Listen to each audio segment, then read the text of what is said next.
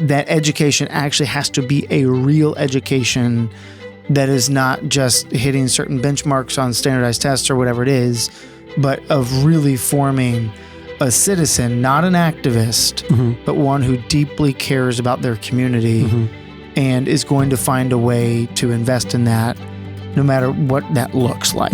Welcome to Classical Etc. You're in the studio with Memoria Press. Welcome to Classical Etc.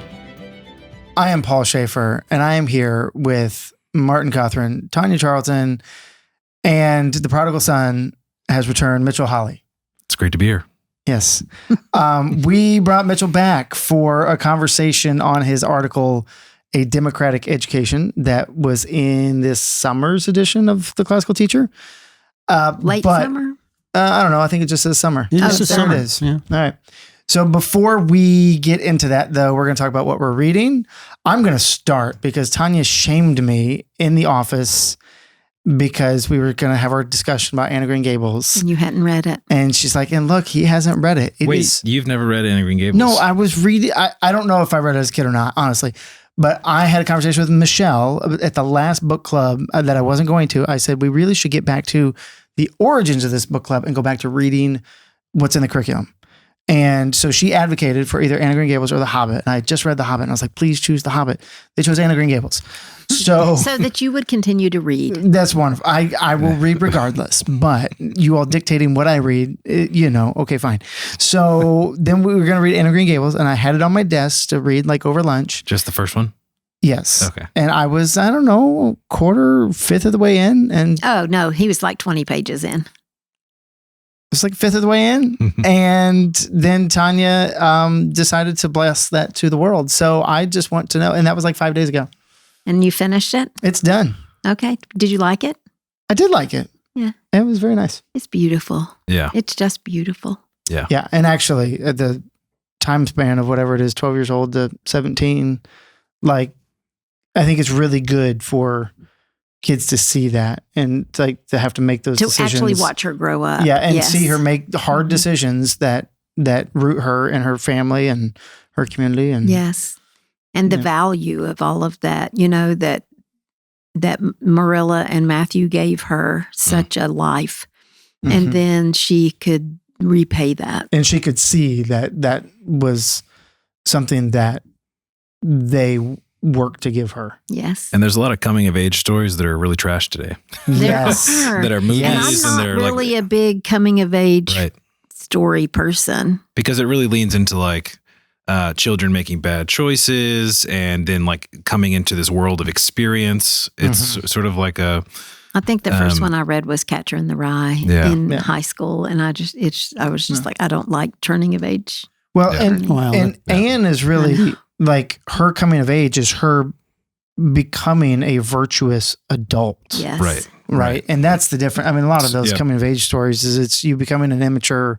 Filled with debauchery. Yeah. Yeah. Becoming more experienced with the world and all of the worldliness that's out there instead of becoming a person who's suited to have a family, suited to be a teacher, to make sacrifices, becoming the person you ought to be, which is what true freedom is, right?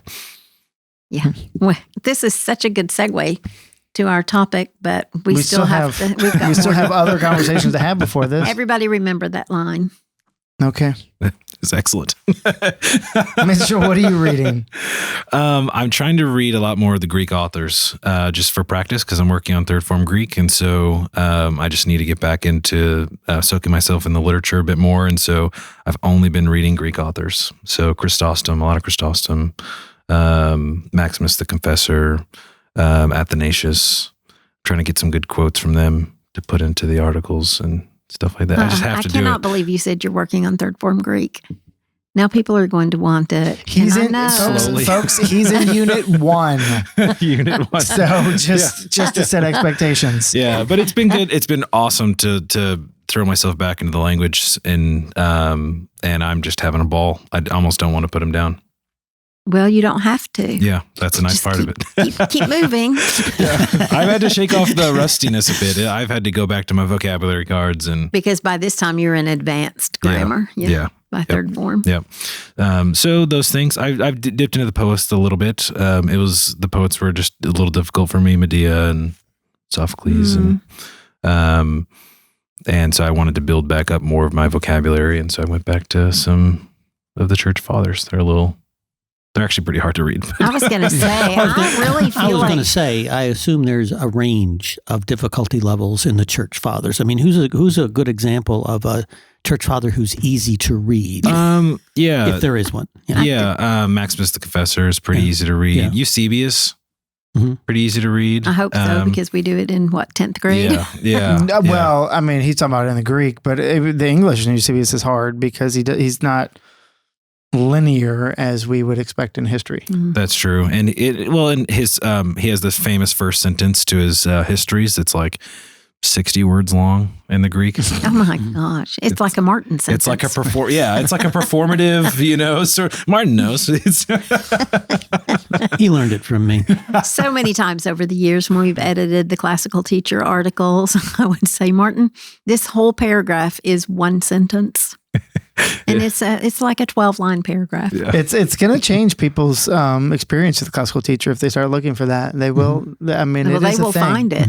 I took your comment as a challenge, an endorsement. Of the long sentence. Compliment. I am capable of long thoughts.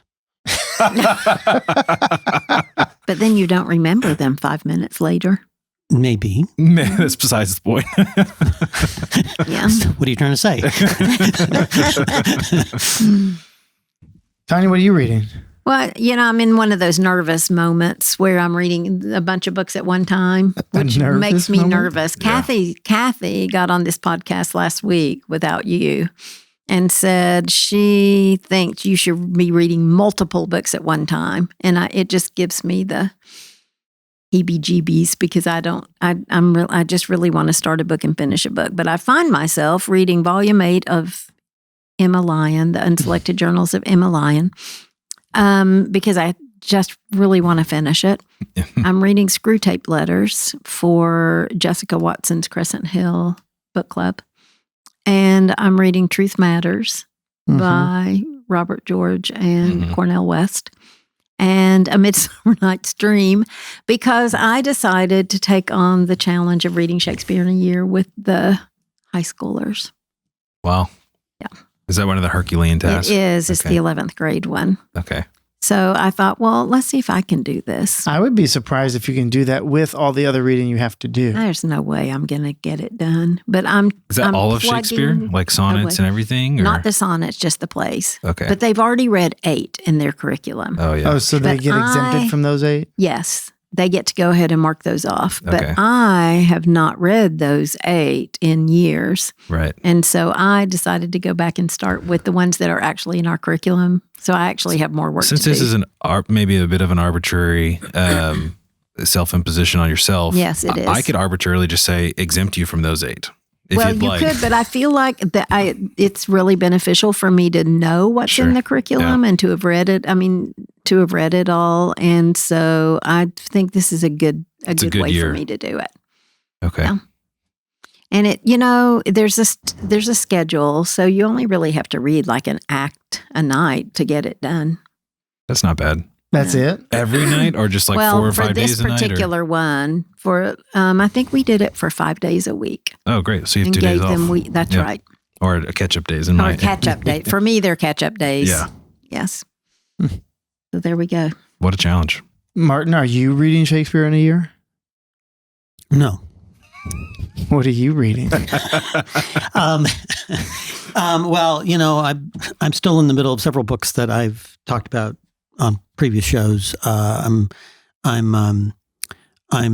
We could close this segment and just move on if you'd like. Yeah, well, you might need to. But I'm still reading The Idiot by Dostoevsky. I'm in the middle of that. Several other things. But I was as I was flying back from Orlando after I did a banquet speech at one of our schools down there. I was reading. That would be Highlands Latin School, Orlando. Highlands Latin School, Orlando, and I got out my. I have several books in my pack always because it's whatever I'm in the mood to read. I read, right. So went back to, I was in the middle of Werner Jaeger's Ideals of Greek Culture, Volume 3. And I was reading the article on Plato's book, The Laws, and some of the differences between that and the Republic, because they both discuss education. Yeah. And so the thing that struck me out of that book, reading it on the plane, was that he admired the Spartans, but they were different from the Athenians. But he takes the idea, this is Jaeger's insight on this, he takes the idea of war and applies it to education. It's war on ignorance. And so I just thought that was an interesting little thing to take from a reading of Plato, is that he kind of saw education as this war on ignorance, and Spartans were warlike, but he kind of points that in the right direction. And then I just wanted to, I think I mentioned this in the show before.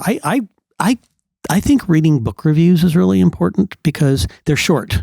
And you don't have time to read all these books. There's just literally not enough time. So, but you can read reviews about them and learn something about the book from the review, and then usually the reviewer brings something to the reading of the book that in itself is interesting. And the thing I used to do that, I use the Wall Street Journal's review section. Got a very good book review section, one of the last newspaper book review sections that's still good.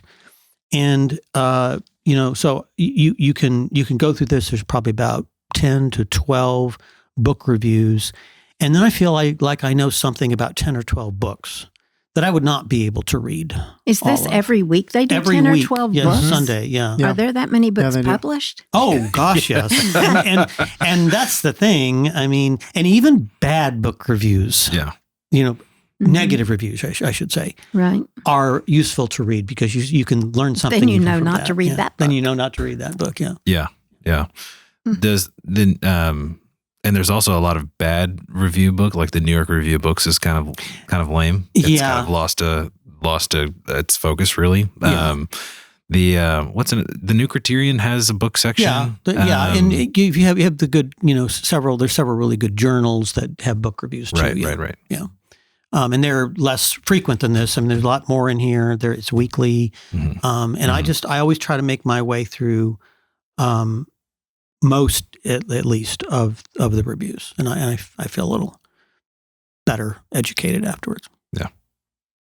Well, now we all know. Well, if things get boring when you're somewhere, I can just, if the show gets boring. So we have a listener question Put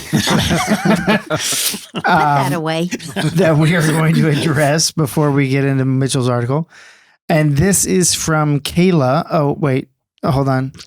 If you have a listener question, you can email us at podcast@memoriapress.com. As you can tell, I'm not used to this. Jessica will be back soon. Don't worry. So Kayla emailed us and said that she has been using some Memoria Press curriculum, but is considering switching to the full curriculum sets. And she has a 5th grader, a 1st grader, a junior kindergartner, and a toddler and a 3-month-old. Yikes. And so she is wondering how they would handle days where they weren't able to finish all the subjects in the curriculum manual. So what do you do when you fall behind in a subject, or you get a busier day or a week? Do you double up the work? How do you stay on track for the year when you don't get everything done in a given day? I'm going to turn this one over to Tanya. Yeah, I wrote some notes. Really, just very simply and quickly, for the kindergartner or junior kindergartner, you really don't need to do anything.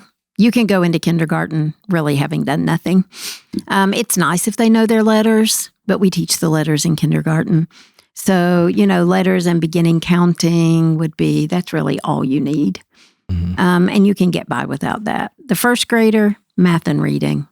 You've got to do math and reading every day.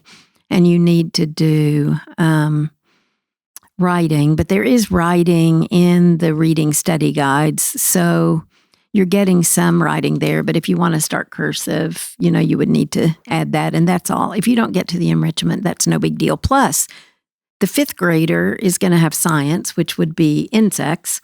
And so really all the kids can participate in that. And all the kids can participate in Christian studies too as well.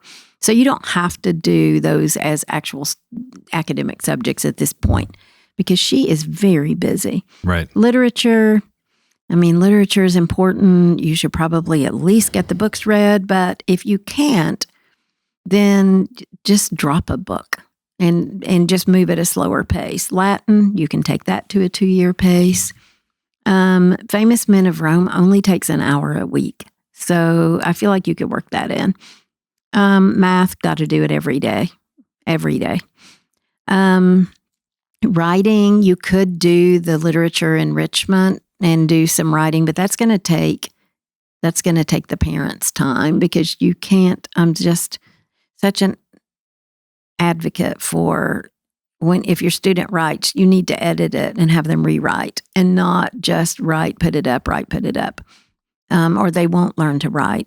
And then, or if you're going to do classical comp, just do fewer lessons and just do a slower pace. Geography, you could do that in a 2-year pace, Geography 1. So I don't know. It's nice to try to stay on track, but if you get off track, you could even drop geography if you needed to. Honestly, science can just be nature studies. Let's go out and find some insects, and on the 5th grade level. So, I think that's helpful. I would maybe answer this from a sort of a more broad perspective. Well, isn't that you and me? It is. Tiny's going to go right into the nitty gritty. I'm going to be like, let's look at the big picture. That's right. But first of all, I know homeschoolers that have decided we're going to school year round with a break. As we get busy, when we need to take a break, we take a break. But that way we only have to do 34 weeks of work, but it's not over the course over the course of 12 months, right? Right. And sometimes they finish quicker, and so they just move on to the next year. Sometimes it takes them longer. That's one way of handling it. Over the weekend, Mitchell and I were talking, and we were just talking about kids' bedtimes, and Mitchell was like, "Oh no, was it you or was it Ian? Somebody was like, "Oh no, we're militant about kids' bedtime." Yeah, Oh no, it was because it was 7:35 when y'all were leaving. So he's like, "I'm tired," and they're like, she knows 7:30 is her bedtime. And so I think in the Holly household, they would probably try to double up to get back on that routine, right? But I think that's going to depend on what your family lifestyle is a little bit, about whether you're just going to stretch it out or cut back what you're going to do, or whether you're going to say, no, we're just going to double up and get back to it, right? But he also doesn't have a 3-month-old, a toddler, a junior kindergartner, and true. 2 school students. Absolutely. Yeah, absolutely. It's a lot. But here's the thing. This is the time when you can slow it down, but soon she's not going to be able to slow it down. By the time the 1st grader gets to 3rd grade, the other ones will be older, assuming she's finished. If not, I don't know, come back in 2 years and we'll try again. But when the 5th grader is the 7th graders, you really are just going to have to figure out a way to get it done. And really, the online academy could help as well, because that can do school for you without you having to be so involved with your students. Yes, but also I would say intentionally try to get your oldest working towards independence as quickly as possible. Right. Because if they can be self-motivated, if you don't have to be behind them all the time, then that's going to free you up a lot. Oh, yes. And it sounds like she's sort of just getting started. And, you do it for a year, you build really good habits, and then the next year it's easier. Especially for the 5th grader. Now, that is something also, is that first year always takes longer and it's always more difficult. Even in our classrooms, first-year teachers are just like, I don't see how I can get all this done. And then the next year, they're like, okay, I got extra time. It becomes a cadence. Yeah. You build the right habits. So you do have to do that. And there's so much help on the forum for those kinds of things, like staggering your start time or starting one student, whoever gets up first, go ahead and start that student while everybody else is sleeping. And, there's all kinds of things like that you can do to help. She had one more question that I wanted to, because I asked Ryan, I asked our marketing department, for the instructional videos for Famous Men of Rome, which will be a big help to her. We do have Famous Men of Greece in editing, and it should be out, the streaming videos, by the end of this year, end of 2025. Awesome. And then for Famous Men of the Middle Ages is also filmed and in editing and should be out by spring of 2026. Well, there you go, Kayla. You've got more resources headed your way. Hopefully we were helpful. If nothing else, we do realize you have your hands full. So, and everything that she's doing is good mhm. and valuable. And so just, try not to beat yourself up. That's right. That's right. And our curriculum packages are chock full. And so if you have to cut out something here or there, it's not going to be a huge detriment to your child. That's right. They're getting a better education at home with her than they would anywhere else. Mm-hmm. This reminds me of a talk I used to give. Oh, I forgot you were here.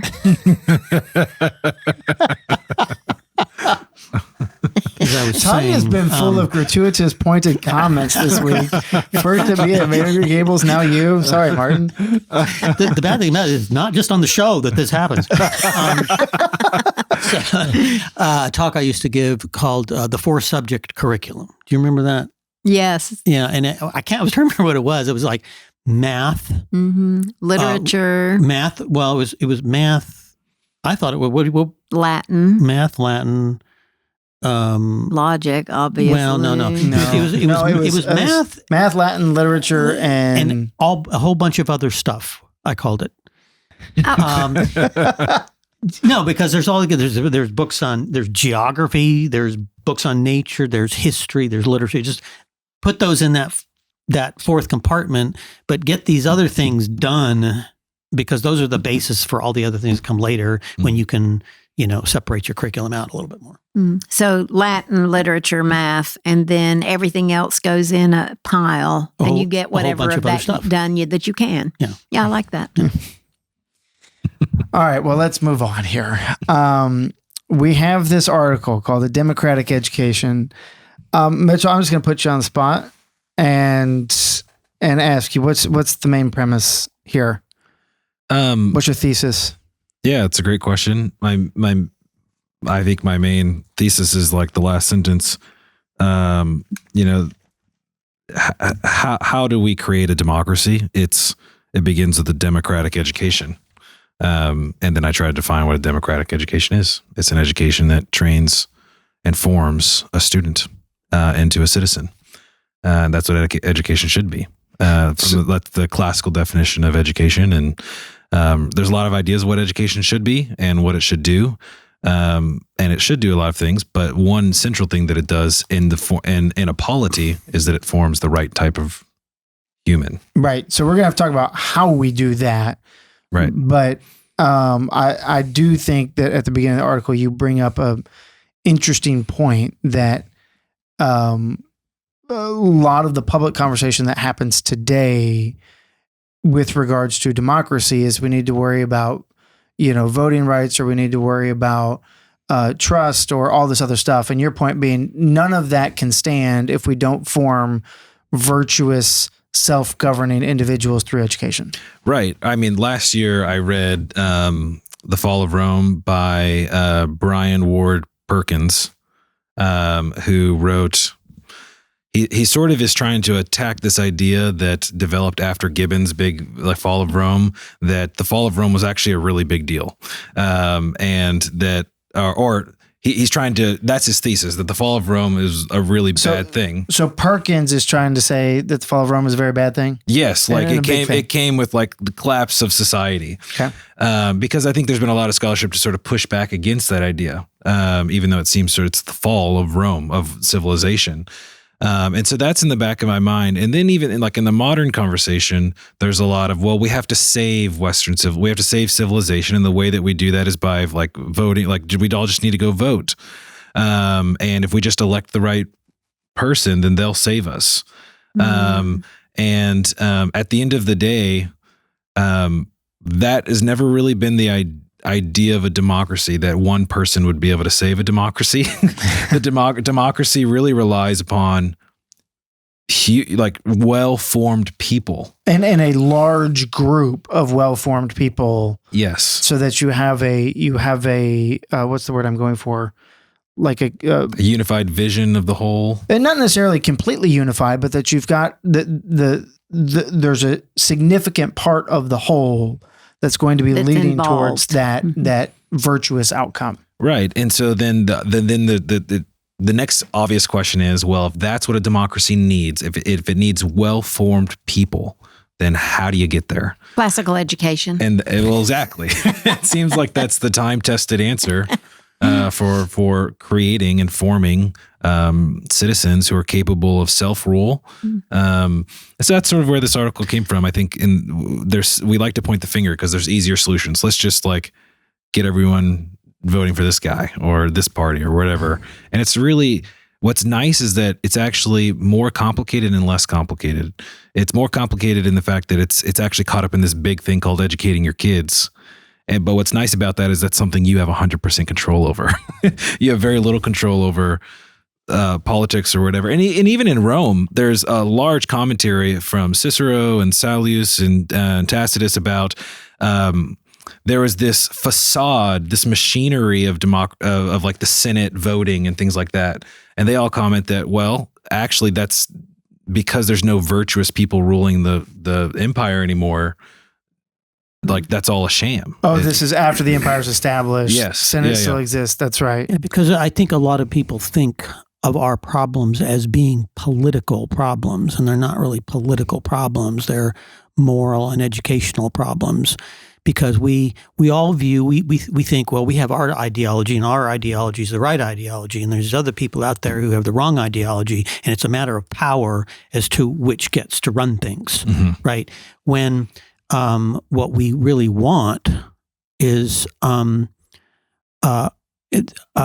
see this in the old sense of the word, where we have the same values so that we're not engaging in competing ideologies. We're all arguing about what the common good is, but on the same general assumptions. And what's happened in modern society is our general assumptions have just gotten further and further away, left and right now, and we just and then we don't know how to argue our case because we don't know how to argue very well. We don't know logic. We don't really know what we believe. So we just insult other people. And I found that I think sometimes people are sort of paralyzed by the situation. They're like, well, I'm not happy with politics more broadly or whatever. And so I don't know how to fix it. Well, in my mind, focusing on education is a really freeing, like there are tangible things you can do.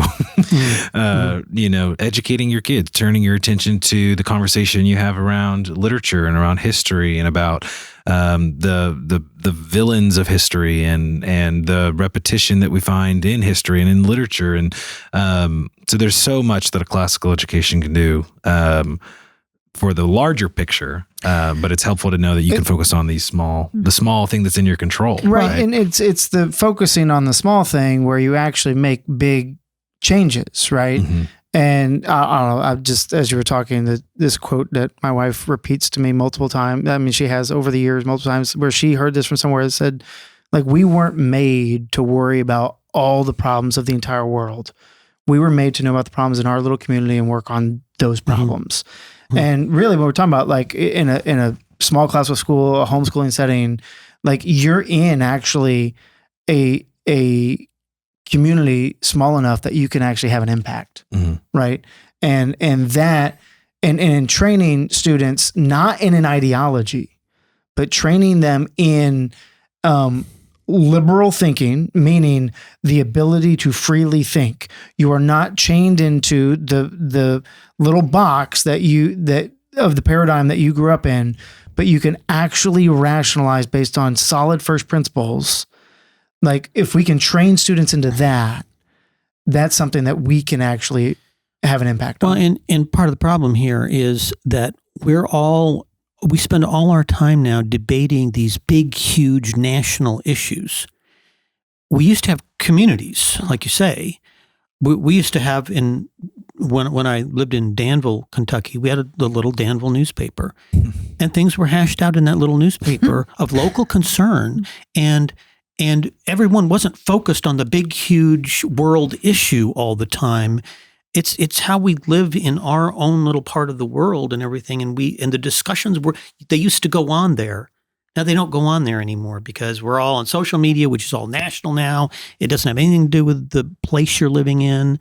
And when we had schools that reflected the commonly accepted values that everyone used to have, I remember that time, and things would go on in those schools. But now everything's been nationalized. Mm-hmm. And we can't have discussions the way we used to have them anymore. And we all have different values. And we have different values partly because we don't all know. We're more ignorant now, despite the fact that we have all these ways of learning things. We're actually more ignorant now than we used to be. Because we don't feel like we need to know anything because it's all on Google. Yes. And so we're all arguing about sometimes basic facts now when it used to be we all knew the facts and we could argue about more important things. And now And also, rural community schools do a better job. Yes. They're the schools in these little country towns that still have their community close together. To their community. Yeah. They're the schools that are doing the best because they're still teaching. They're like focused on educating children. So when you say that students should be, in order to have democracy, that we first need people who can self-govern. Mm-hmm. What do you mean by that?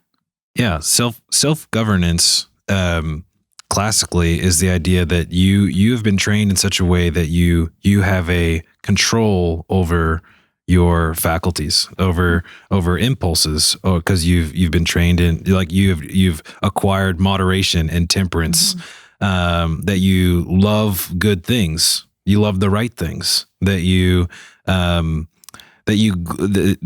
like beautiful things and you don't like ugly things. And so you've been trained in so that everything that you do and think and desire evidences reason, logic, and then the classical virtues. That's what to govern yourself means. And I think what you see today is that a lot of people without those things, without the ability to govern themselves, to govern their mind, to have it rightly ordered, to have good thoughts, to be a virtuous person. You see people that haven't done that talking about what we should do about democracy, which is governing other people.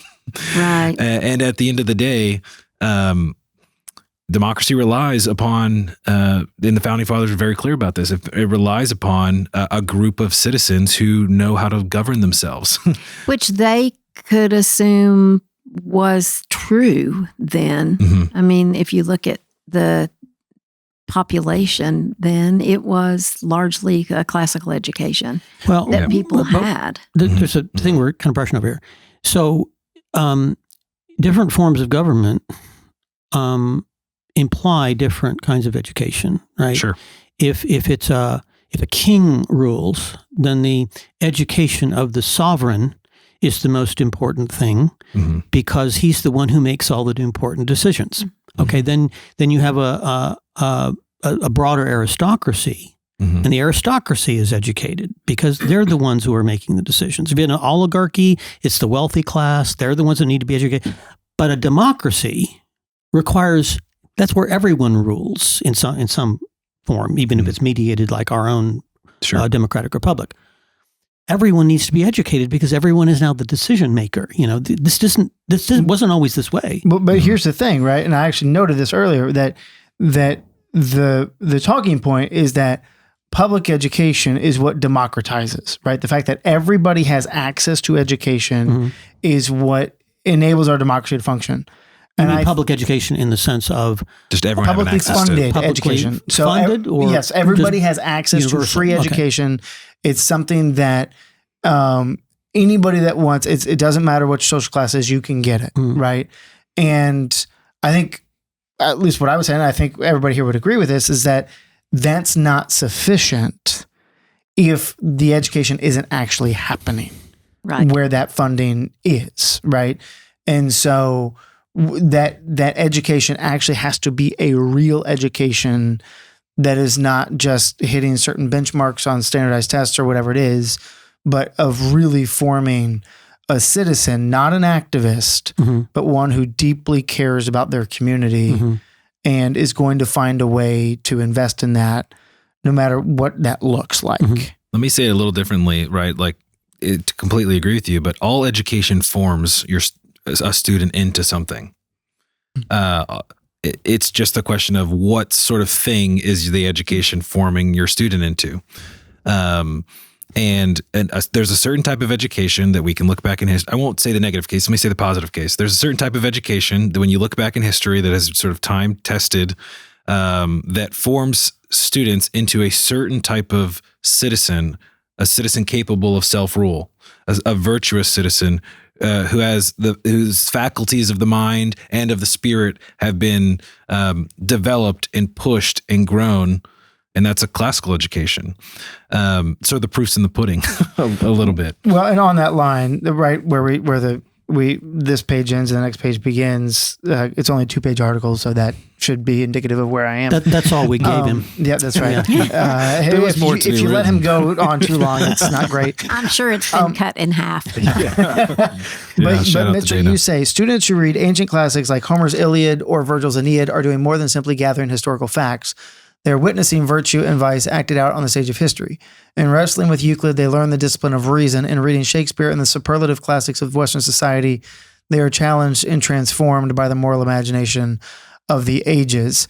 And I thought that was a great way to just kind of highlight a few things that we're doing in a classical education and say, this is in fact what's happening here. It's not just we have to read these books by dead white men, but this is what it's doing for us. This is how it's forming us. Yes, because I was thinking that classical education was open to men, boys, and not probably a lot of girls. But it didn't matter because we couldn't vote either. It's a decent point, right?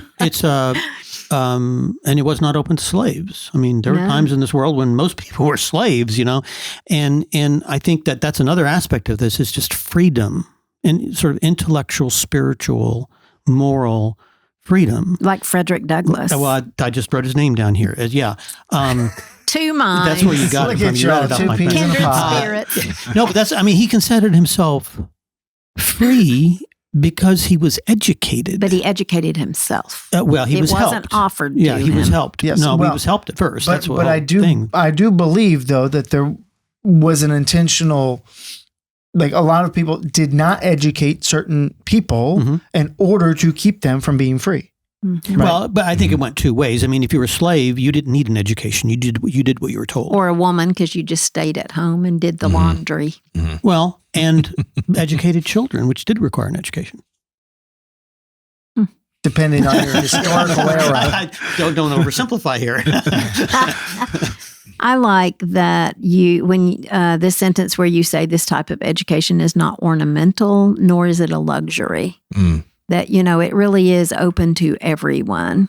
Sometimes people see classical education as being elitist because we have let it go by the wayside. And it is rigorous and academic, but it really should be open to everybody.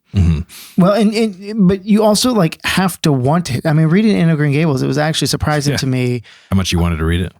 How much they wanted their education. How much they wanted to do. I mean, they're in a rural town, but it was also clear that there was no there were no penalties for what's the word when you don't go to school? Truancy. Thank you. Yes. And so because at one point, right, Anne breaks her ankle and she doesn't go for a couple of weeks, like 7 weeks. Yeah, right, because she couldn't walk at all. And there's no concern that they're going to come after me for truancy. It's you want to, and at one point Anne says, I'm never going back because of what the teacher does to her, right? And Marilla's like, fine, because there's no concern about truancy. It's, I have to find a way to get you back to school because you're going to want this. I want this for you. And we're going to put in the hard work to do it. Right. And it's almost like in I don't know, this is a half-baked thought, but it's almost in the mandatory education, we have taken away the incentive from those that most folks, most Americans and Canadians, as we're found in this country, said, I want education. But there's a lot of people now who are taking their kids out of school in order to be educated because our schools are about other things than academics. Well, and I hear from them that I've heard from those families that, well, is classical education filled with things that are ornamental, to use the phrase I used in the article? Are they all truly necessary? Is it truly necessary to read the Lion, the Witch, and the Wardrobe? Is it? Do we have to read Homer? It's long, it's old, it's tough. What's the benefit there? Or is it just feels like a luxury? Like if you had time and you didn't need to learn other things like engineering or something. Yeah, these are the books that make you into a civilized person. They bring you into the civilization. They bring everybody back to the same page. They are the things that have the enduring values. That is the main purpose, I think, of education is to get these enduring values shared by everybody. And if we're not all reading the same texts, that's a problem. Martin, I thought you were going to take that in a very different way. How was I going to take it? Well, because he mentioned, isn't engineering better than like reading, Homer? And I thought you were going to go off about the computer programmers that can't find jobs anymore. I can go off about that if you'd like me to. Well, maybe I'll keep it succinct. But just the point being that if you think that this is non-essential, but what's essential is to go get training in a job that may disappear within 10 years. Yeah, well, I'll just say this because we've got a situation that's on the table right now in our society. Okay, we now know that all of this propaganda we spewed about becoming a coder and that this was going to get you a job, this has blown up in everybody's faces. The New York Times daily podcast did a show on this just yesterday about how there's all these coders. That's what we told everybody they were going to, that could get them a job. They can't find jobs because AI has taken that over. And so schools are among the poorest predictors of what the future job market is going to need. And this is why it is important to have a broad general education where you know how to think about anything. About language, about story, about quantity. I mean, that's what we're doing. Yes. Right? We're teaching you how to think about anything. Yeah, right. And that's it. About the coders, the Wall Street Journal had a great article about it's the low-level coders. It's the coders that are sort of new or sort of developing that skill. They will not be able to find jobs, which is the vast majority of them. Is the vast majority. Yeah. So, but if you're bigger, if you've done it for a long time, you have a lot of sort of knowledge about it. You might still have a job. But then where's the next you? Where does that come from? There's no next generation coming up because they won't hire any of the low-level programmers, so nobody will learn. This is one of the problems the New York Times points out about this is that you got to go through the low-level stuff to get to the higher-level stuff. And there's going to be the higher-level stuff, but how do you get there? Because you do it through the steps. If we create a tool, I mean, this goes for any educational sort of endeavor. If we create a tool that cuts out the bottom part, the foundation part, where we don't need to know that anymore. Word. Latin. Hold on. Hold on. Okay, sorry. If we cut that out, at some point, we're cutting out our complete foundation out from underneath us, right? And it's the same thing of the whole thing. Why we still insist on handwriting? Couldn't kids type? Sure, kids can type, but then you're cutting out a foundational skill that's actually helping them in their development.